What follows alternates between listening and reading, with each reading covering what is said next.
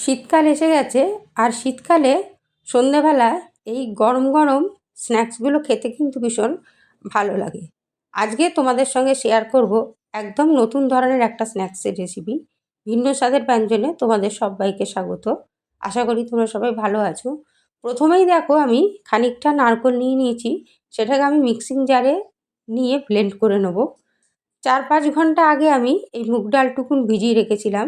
এবার ওই মুগ ডালটা আর একটু ধনেপাতা আর কাঁচা লঙ্কা এর মধ্যে মিশিয়ে নেব।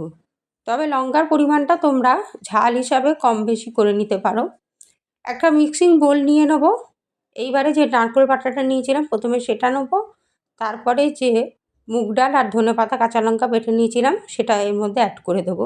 সামান্য পরিমাণে একটু লবণ দিয়ে দেবো, লবণটা সম্পূর্ণ তোমাদের স্বাদ মতো দিও।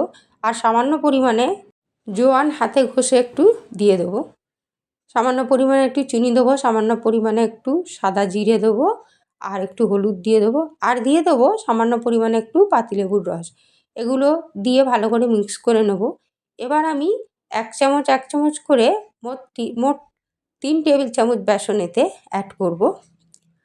বেসনের পরিমাণটা তোমরা কম বেশি করতে পারো, তবে যত পরিমাণে কম দেওয়া যায় ততই কিন্তু ক্রিস্পি হয় খেতে।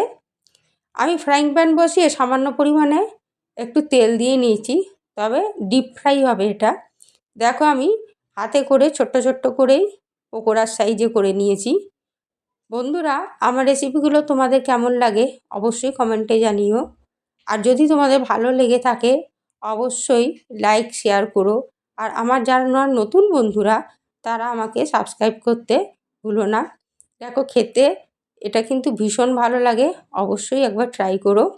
ভেতরটা আমি ভেঙে দেখিয়ে দিচ্ছি তোমাদের, দেখো কত সুন্দর হয়েছে, দারুণ খেতে লাগে। কাউকে বললে বিশ্বাসই করবে না যে এটা নারকেল দিয়ে তৈরি।